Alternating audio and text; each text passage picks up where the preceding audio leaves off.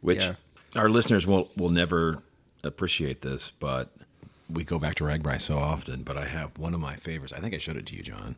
One of my favorite photos from before my team was formed, when we were just like knuckleheads right out of college. We're riding through the state of Iowa, and you have these opportunities to go to like little small town places, and there's the Billy Clocks are in Springville, Iowa, I think, and Antoine Dvorak actually did a summer residency there. Right. And these prolific wood carving brothers created this crazy museum of handmade clocks, and we ride in there like a couple years out of college. We go through an amazing museum. We ride out, and we're like, I don't know, 6, 8, 10 miles out of town. And as used to be the case, which is less the case now, there were some people sitting on the side of the road in the countryside, and it was 2 nuns in the full habit and the whole thing. Mm-hmm. And my what's now Team Solid, we roll up in our tie-dye T-shirts and so forth, and we get this photo taken on the roadside in rural Iowa with these 2 full-blown nuns. And Bird Dog rode away with both their phone numbers. Right.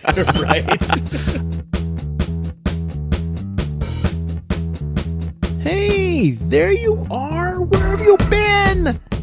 Did you miss us? We missed you too. It's been so long. Hey, the boys are out in the world making news stories. I am wondering if they're going to bring the good word of the Tang bomb to the people of the Czech Republic. We'll have to wait and see. So it's just me this week. They have trusted me with putting together a show. Every week we get together, and what we do is we just sit around a table for a couple hours and drink beers and eat food just like we normally would on a weekend. And we just talk. Now we have microphones in front of us. I guess it's a little bit more formal than that. So we try to shoot for about an hour show. We've been running like an hour 10, hour to 15. There's about 2 hours, sometimes 2.5 stuff we don't use. And it's not because it's not good stuff. It's just that it needs to be cut out. It's still funny. It's still informational. But we're going to have a clip show this week, like the stuff we just listened to, like Brad talking about Ragbrai 1996. That was Ragbrai 24. It was before his Ragbrai crew was together formally. And they passed through Spillville, not Springville, but Spillville, which is easy to do because there is a Springville, Iowa. But Spillville, Iowa. Actually, that was pretty good for Brad. He's had several sunstrokes and a lot of beers between then and now. But he made reference to the elaborate clock museum that Frank and Joseph Bealey of Spillville carved. They were carving between 1913 and 1958. They were both bachelor brothers. They didn't marry. And he also alluded to the fact that the Czech composer Anton Dvorak stayed in Spillville. Spillville had a big Czech population, and so Dvorak stayed there in 1893 and was inspired to write some of his most celebrated works, including the String Quartet No. 12 and the String Quartet No. 3, which are in his catalog at the very top.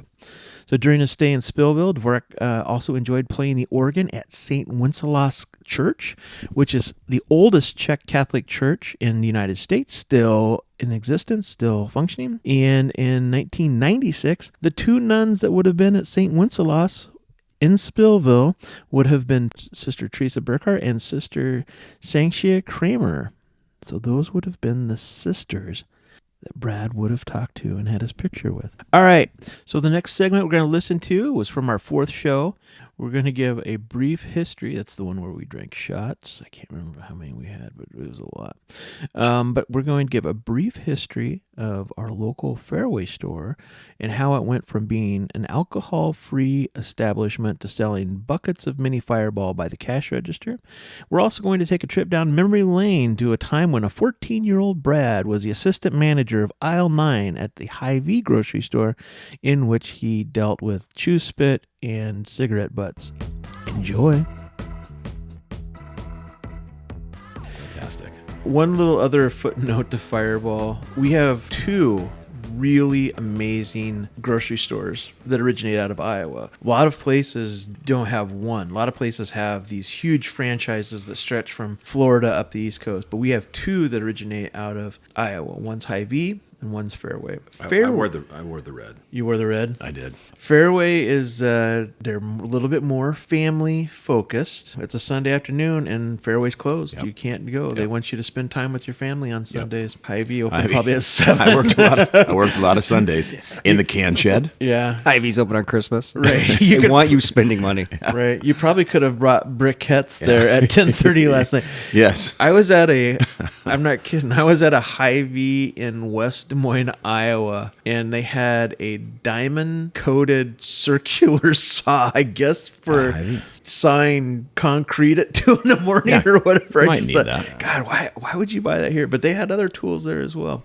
So anyway, Fairway for the longest time would not sell beer. They just wouldn't Yeah. sell beer. And during that time, Hy Vee was making a push where they would have wine and spirits on the property, but they'd be out in the parking lot. So they would build buildings that would sit outside of Hy Vee. So it was a liquor store basically out in the parking lot. Fairway stood strong for a long time. And I remember the first time that I walked into Fairway and I saw like 2 columns of Budweiser and Bud Light. Yeah. You guys gonna sell beer now? Like, we're gonna give it a try.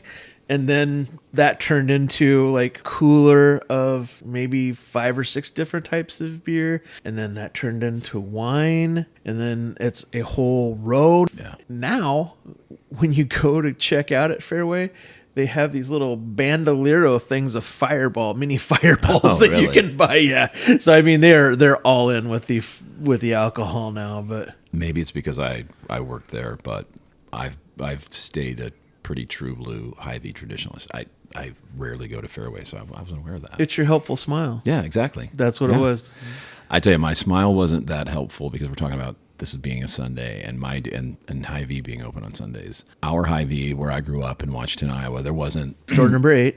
What's that? Store number 8. Something like that. I don't know. I should know the store number. You should, Brad.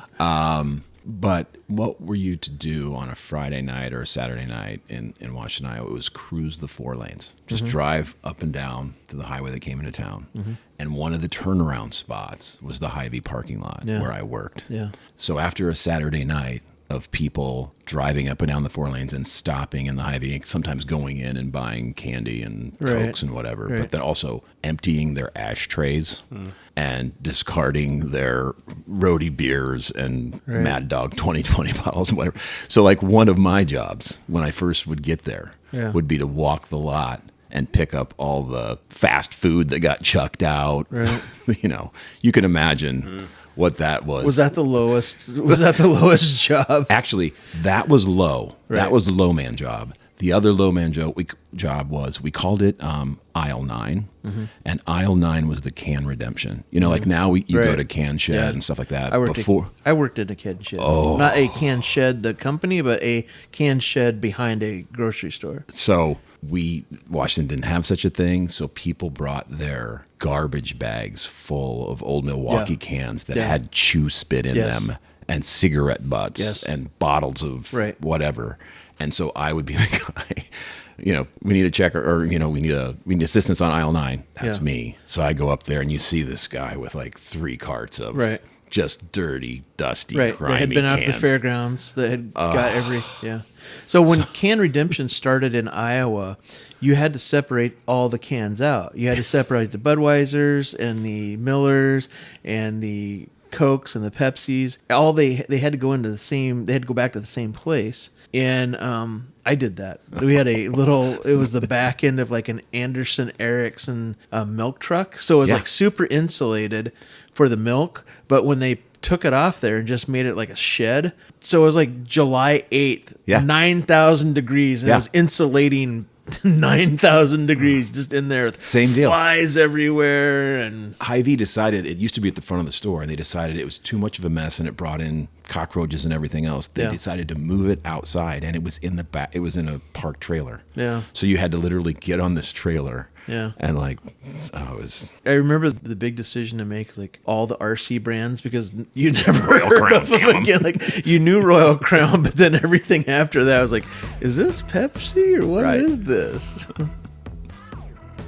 Oh, Royal Crown. So Royal Crown's now owned by Keurig Dr. Pepper, which is the licensed owner of 125 different brands. Mostly they're beverage products. Many of the current beverages you'd be familiar with, and probably even had one this year. RC Cola, obviously. 7-Up, Dr. Pepper, both Orange Crush and Sunkist. It looks like they have the orange soda market cornered. A&W, and if you have a tummy ache, Canada Dry.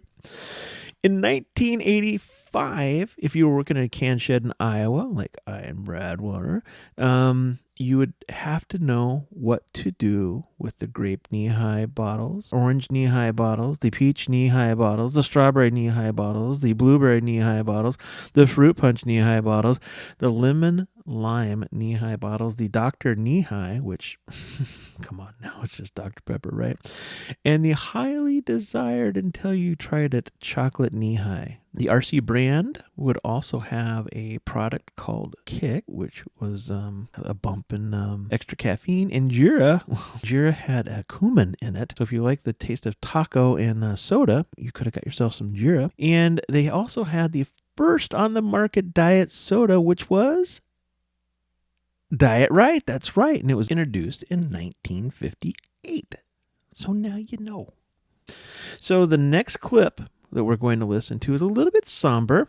It was from our 4th episode. We didn't include it, not because it wasn't funny, because it was part of one of the funniest parts of any of our podcast. It's when Brad was going to introduce us to the Irish car bomb, and he didn't know all the ingredients. This was on the back end of that story, and we decided to hold it until we can kind of like let you listen to it and appreciate the entire story in a full segment. So you're going to get to listen to it today. So what we're going to be hearing is a remarkable story told by Brad. I guess from here on out, anytime you're in a bar and you see a woman order a full pint, scrutinize what she's wearing. You might get called to testify later. Hope you enjoy it. Talk to you after this. So yeah, I think the only thing I can say about, unfortunately or fortunately, I have Northern Irish roots. My mother was born there. She was born in Belfast. I think in like 1945. Not I think. She was born in 1945. And she was born, Ray, within a week of Van Morrison. She's almost exactly the same age as the Belfast Cowboy. Imagine my kind of expectations when I realized that my mother, born in Belfast, was born the same week, the same year, in the same locale as Van Morrison. In my mind, somehow she and he shared the same mystic. In this, and so I had this kind of cool romantic idea that my mother and Van Morrison somehow shared a hospital stay. Some sort of poetic. Yeah, man. It was totally destroyed when I asked my mom about that, and she said that can't be the case because I was born at home. Right. Home birth. And so that ruined it. Van Morrison wasn't born at her home. No. We don't. Do we know? We can't say we don't know. I'll tell you what, if Van Morrison would have been born at your mom's home, that would have been special, right? So that come on over. So that's my those are my Northern Irish roots. But the car bomb, and John and I were talking about this before because he knows this story, and I had a really unique experience as a student. We talked before about like me eating tuna fish and corn leftover pizzas at the Hotel Crichton across from the place that I stayed in London. And so as a student, so you're doing your study abroad, and my mother said, you're going to go for your break. You're going back to Belfast to see family. And a lot of my friends, they got Eurail passes. They went to Barcelona. Everyone else went to the red light district in Amsterdam. They're going to fun places. Right. I'm getting on a flight. Watching bullfights. I'm going to Belfast, which, like, you know, not necessarily the top of the top list of places to go. No, it's like It's number one if you like potatoes. Right. It's like going to Cedar Rapids in Ireland. Right. The Cedar. That's their marketing pitch. The Cedar Rapids of Ireland. Continue, because this actually is one of the all-time great drinking stories. It really Sorry. is. Go It's ahead. a great story. Well, we talked about on a prior episode. I felt like there was an opportunity that I could have shared a story about kind of the pub and pub ownership. So I agreed with my mother and my grandmother, who was living at the time. They're like, "You're going to go stay with Jean Bryan." Jean was a dear friend of my grandmother's. They were immigrants to the U.S. They had their own little restaurant place in Cedar Rapids, and they did Irish style this and that and served the working man and so forth. And my mother grew up, Jean, having a seat at the table at dinner. And so my mom's like, you're gonna go spend some time with Jean Bryan. So I flew to Belfast, spent some time with this other family, the Murphys. They were great to me. I took a long bus ride to go visit Jean. And Jean told me some like amazing stories about like my mom as a kid and like things that my grandmother went through as an immigrant in the US. But one of the stories that like super stuck with me was this story of she and her husband owned a pub. And in this pub, as you were describing, sometimes people would actually stay in the hotel attached to it. So they had both of those things. Mm-hmm. And in those days, it wasn't kosher for a young lady to order a pint of beer. You could have 4 or 5 or 6 half pints as a woman, but to order a pint was very considered to be like, I don't know, rude, out of context. And so... And one of the cool things about it, times have changed. Women drink pints all the time there, but you still can go into a pub in Ireland, and if you order a glass, it's a half pint of Guinness, right? And right. Sometimes publicans will even still ask if, the ladies, glass or pint. Yeah, you want a they glass or a specify, pint. you know. Yeah. So it's still very much a thing, which is kind of cool. I mean, back then they had Snugs, which were little sections that were like a booth, but a booth that was walled off that had a little service window that they would hand the drinks through, so you could like actually go into pubs and not be seen by the other patrons. So like there was this kind of drinking culture where maybe more people did it than you thought, but there was like some shame around it, or maybe like just some mores that we don't necessarily have today. Does this have to do with Catholics and Protestants? Well, the we're Snugs not were gonna for women and clergy. That's originally. We're not gonna make it that deep right now. Okay. Yeah. But I'll try to fast forward. It's a long story, but Jean Bryan told me about her and Dave ran a pub, and they lived above it. One day, 2 patrons come in. It's a male and a female, and she observed that the male seemed a little nervous, and the female, what really made her pay attention to this person was when it came around time to order, the female ordered a pint, and I think the male might have gotten a half pint. Yeah. So she gives this woman a double take, like, who am I dealing with here? Who's this brazen young lass who's going to have a full pint of Guinness?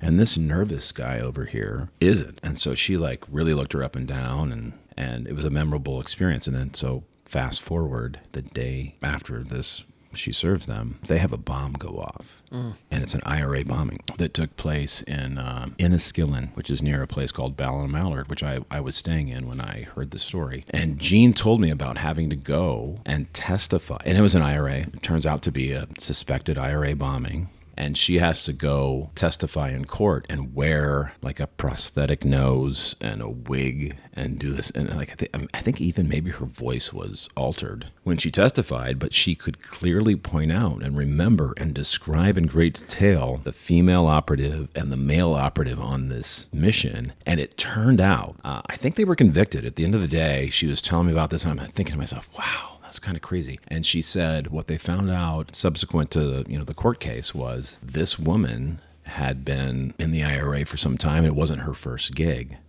but the guy was a trainee. So he was all nervous. She was very comfortable with herself.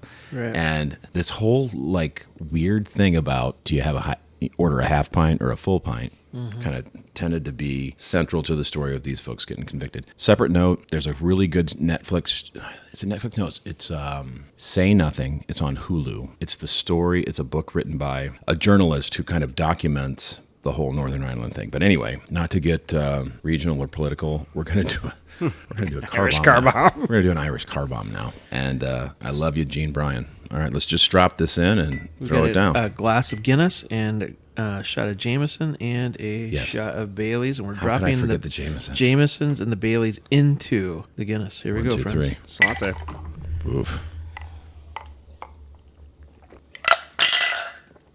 Oh yeah, Fantastic. pear gray. So How tasty. did I not? How did I not? You've have been getting Jameson? bonus Jameson all these years. Free of charge. Free, no extra charge. I will tell you what, man. Guinness, is there any better beer? I mean, I'm sure there's better beers, but Guinness is such a great beer. It It is is. such a great beer. Yep. They got it right. I mean, I like I it a don't know lot. how many times it took them to get to this, but man, it is such a And I will great say, beer. and I think it holds true. If you go and commit to a night of just Guinness, you Yeah. don't mix, you don't match. Right. You just drink pints Guinness, of Guinness. You can do it all night. Right. And two, you are not hungover the next day. Right. I think We talked everybody about gets- this too. Yeah. Sorry, Ray. Go ahead. We talked about this too when I was a student and I had to make decisions between should I have lunch or should I have a pint? The good news was if you didn't have lunch and you had a couple pints, like you were sustained. Like there's this whole ad campaign, right? Guinness is good for you, Guinness for sustenance. There's like a Guinness is almost like a slice of rye bread. So it could keep you going. It would fill your belly. It just holds up. And for centuries and centuries, people have There's a huge misnomer that Guinness is like an oatmeal in a glass or So something. It is heavy. not Yeah, a it is. heavy. No, It's got it- the same and it- calories as skim milk. It's Yeah, I was going to actually say, it on a doesn't have a lighter whole lot of spectrum. calories. It- It's no. just the color of it everybody gets freaked out over. Yeah. exactly. I think it's 90, maybe 90. Yeah, I don't know if It's that not much, that but yeah, much more than a it's- light beer. Right. No, it's a great beer. Very People just quaffable. get freaked out by the color, but man, it's a great beer. All right, car bomb. On to the next. On to the next. Thank you for indulging us there at the very last in our talk about Guinness. We get carried away when it comes to Guinness. I'm surprised we drank anything after that, but man, it was good. It was so good. So, did a little homework on Brad's story. November 8th, 1987, the Provincial Republican Army, the IRA, carried out a bombing called the Remembrance Sunday bombing, or the Enniskillen Sunday bombing, as in Northern Ireland, killing 12 people, injuring 63. The attack was intended to target British soldiers that were attending the event. So the Remembrance Day Sunday is like our Memorial Day. It honors the fallen British soldiers of wars past. The IRA said they were targeting British soldiers that were attending the event, but most of the victims were that were injured or killed were civilians, including elderly couples and young women and children. The IRA later claimed that the bombing was a mistake, stating that they intended the target was a military personnel. The incident shocked the public and drew widespread condemnation, severely damaged support for the IRA and Sinn Féin, prompting legislative changes like the Extradition Act to facilitate the transfer of IRA suspects from the Republic of Ireland back to the UK. So they had an agreement where IRA prisoners could be in Ireland, but they reversed that and took them back to the UK. It says the planning of the bombing was complex and involved coordination between at least two IRA units. Both of the units were known as the Unknowns because they were equivalent to like the CIA, I guess, of the IRA. So they were clandestine units that were at the very, very top, and only very few people knew what was going on. This was at the height, trying to come to a conclusion between the British and the IRA, and this event did not help.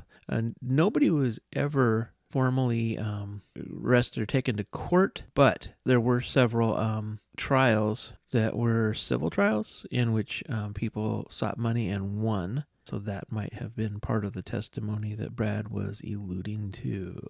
In our next segment, like I said, what we do is we sit down and open up the microphones, and we have a bunch of beers and a bunch of food. We just sit and talk, and hopefully something interesting comes out of our 2-hour-long conversations. What you're going to hear initially was not meant for air, but it is Brad extolling his love for the cornet. The thing I love most about Brad is he's not super passionate about a few things. He is very passionate about a lot of things, and corn nuts is at the absolute very tip of the spear for him. His love for corn nuts, he has written poems and songs, and he has painted watercolors because of his love for the corn nut. So the very first part, what you're going to hear is it's just us talking. Brad talking about loving corn nuts, talking about his hot corn nutty breath, and it's what you would get if you were to hang out with the three of us.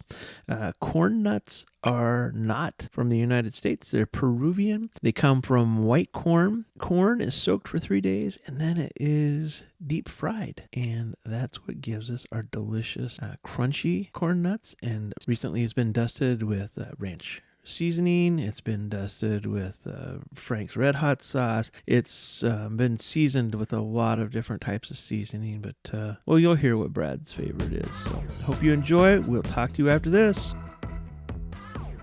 We'll go into I'm a big dry material guy. We'll crescendo up. We'll start with the sausage. We'll go to the bologna. Yeah. Then we're gonna go ham, hock, and egg. Just let me enjoy my corn nuts on mic. And if we have to stop and get a beer, We're not recording this, but because it'd be super rude for our listeners to hear like what a corn nut sounds like on a live mic. Right. The AS. Me talking with my mouth full. Right. If you could only smell it, that's the thing. When you eat corn nuts, like in a car with my family, there's the sound, which is kind of offensive. Right. But then there's also that kind of hot corn Nutty breath. Right. That not everyone loves. Right. Becky's officially not listening at this point. It's the Right. breathing. Yeah. People are- It's the Sounds corn are off. nuts. It's All the man things that people don't like. it's the corn nutty breath. Yeah. exactly. You're breathing Well too described. loud. Way to paint the picture. Next thing we'll try here is a step up from the pub mix, and it's one of Brad's favorite things. What do we have here, Brad? Are you talking about the corn nut? Corn nuts. Oh yeah. And I don't know. To be honest, like I think you could maybe find corn nuts hanging on the little chip clip behind the bar, but it's not a super common thing. But I think it's a fantastic dry material that really drives drinking some more beers. Right? It's so pairs so well with this Miller High Life we're having. I wonder if corn nuts are field corn or corn. I mean, it doesn't look like any kind of corn. We're actually having barbecue. Is it for like a human consumption or more like was it mainly intended for livestock? Well, And field then they- corn's for livestock, but I mean, and high corn fructose syrup, but you might be able to sneak this down somebody's gut. I love it. You can put anything on But- corn nuts. I mean, you can put I barbecue, know. You ranch. can. Yeah. But Ray, and people who know me know this. Right. In my opinion, the only way to go Right. is barbecue. Yeah. BBQ corn nuts. Like I've tried the taco, I've tried the fiesta, the field corn, the sour cream And chive, ranch yeah. or whatever. Right. Like in my mind, it's barbecue or just the plain. Yeah. And let's stop messing around. Right. You're gonna know the answer to this. Talk about field corn. Yeah. What happened in tasseling? I think one of two things I happened. mean, it's gone the way of quicksand. I mean, when we were It's kids, gone, that was yeah. like Everybody did it. $5 an hour. You'd get up at like 5 a.m, go to the Hy Vee parking lot. You'd Right. get on a shitty school bus. It was Right. only rivaled by a Ragbrai bus. Right. Take you out in Totally. the middle of nowhere. Totally. Drop you in a cornfield, and our parents wouldn't expect us back till the sun was down, and we'd be basically put to work like child labor. Yes. Detassel, and I think it's gone. I What had a- happened? Did I we had a- engineer the tassel out of corn? Did we automate think- it? What have we done? I think that we made corn grow a certain height pretty regularly, and I think they have something now that goes through and cuts the tassel off and Okay. it puts it on the ground. So I think everybody should have to detassel corn. Oh, I do too. I had to detassel corn. I had a gap in between when I graduated college and when my job started, so I detasseled. You went out? I was a You went back out full-grown voluntarily? man and got on a detassel crew because No. my teacher was still. And so, like when I got on the bus, I sat right behind the driver because I did not want to be back in the mix. Oh, or be my like, goodness. 'cause I'm sure it had to be creepy for Oh, like the who's parents this that drop their kids off. There's this full-grown man that they're probably. Yeah, I don't know. But anyway, Yeah. the funny part They of the thought story you were was, like on prison release Right, or something. right. They didn't know. There's probably still people to this day wondering. Remember when we were kids? Yeah, and there was this dude with the beard the was with full us. blown beard. Right. and- So we got an actual paycheck on Fridays. So the second weekend we got a paycheck, and we were driving back, and we were it was like a 45-minute drive, and I was just kind of like zoning out, like I said, I was right behind the driver. I had my feet up on the seat, and this hand touched my right shoulder and said, "Hey, mister, when we get back to Hy Vee, would you buy a log of chewing tobacco for us?" Oh, they wanted chew, not beer? Yeah, they wanted chew. Which is a dumb thing in the fields because, like, people, it's hot out there. There's nothing It's like humid. spinning around in circles on a nicotine high. Someone drops in some Red Man or Copenhagen or Skull, and they're just like, ugh. Yeah. I went to Iowa baseball camp when I was probably 12 years old. Day one of the camp. We're all in the dugout. Yeah. Ages probably, 10 to 16, right? Or at the youth I did the sports same camp. Yeah. And Dwayne Banks Yeah. comes out, and it's like the celebrity talking to you. Yeah. And sign of the times, he pulled out bag of Red Man. Right. Did he? Chew. And just handed it to the first kid in the line of the and everyone took a big mouthful. You're kidding. Right down the line. So me, 12 years old. Right. You see it on TV. The big leaguers do Hell it. yeah. Dwayne Banks just handed out the pouch. Right. Are you kidding me? I put this big wad of You did it tobacco. one day ever in history. 2/3 of us were sicker than yeah. dog. Oh. And to this day, I've never put tobacco back in my Right. mouth since then. So I guess it served a purpose in that regard. Back to detasseling really quick. We grew up in an era where like there was some notorious child abductions, paper. Right. Johnny Gotch. Yeah, we'd have milk in the morning with pictures of, our peers that had disappeared, right? We Right. lived in that fear. Right. Our parents some of us couldn't deliver papers because of it, but they Right. had no misgivings about us getting up before the sunrise, ride your bike to Hy Vee, and some strange dude is going to drive you in a bus into the middle of a field. Right. That was good, hardy work. And If you've got a something can happened- of Pepsi wrapped in aluminum foil. yes. Right. The original Yeti. And you've got a bologna sandwich Right. and I don't know. Oh, you were a rich kid. We had peanut butter mayonnaise and lettuce sandwich. like a Swiss. What were the little Swiss cake rolls or the oatmeal Could have been things? ho-ho. Could have been ding dong. Could have been Swiss cakes. And it never tasted better than when you walked. When you cracked However that many can of miles you foil. do, and you got into that thing and you ate that sandwich, it tasted. Yeah. Oh man. Now that was a segment, wasn't it, kids? It started off with Brad's hot corn nutty breath, and then it devolved into John painting a Norman Rockwell-esque picture of a beloved Eastern Iowa baseball figure getting a bunch of 12-year-olds sick on leaf chewing tobacco. That's why people tune into us. So, to answer a question, yes, there is still detasseling. It is still a bit of a rite of a passage, although I was also right because of a standardization of corn height through breeding. It is mostly mechanized now. So where they used to detassel, there's a tassel on top of the female corn. Now a machine comes in and cuts it off, detassels the top of the heads of corn. It's a crucial process to remove the pollinating tassels of the female corn, and it prevents from self-pollination to ensure the desired cross-pollination from the male rows. So there's male rows and female rows of corn. And so machines do it. We're mechanized. The machines are going to take over. It started with the corn. All right. You guys want to play a quick speed round before we get out here? I'm going to give you 3 objects that you might find behind the bar. Which one of the 3 is not really something a bartender could use to make mixed drinks? The first tool is a Japanese jigger. A Japanese jigger, is it real or not? The second, a julep strainer. Do juleps really need strained? And the last is a Hessen mat. What's a bartender going to put his drinks on? All right, which one of the 3 of those is not found behind a bar? 3, 2, 1. It's the Hessen mat. Hessen mats are used for yoga. All right, thank you for playing. We are out of here. Our very first ever clip show. The boys will be back next week, I'm sure, with some really great stories about the Czech Republic. I'm sure sure they'll tell us whether or not the world has any appetite for tang bombs. So, with that, thank you, Statler. Thank you, Waldorf. We'll see you next week.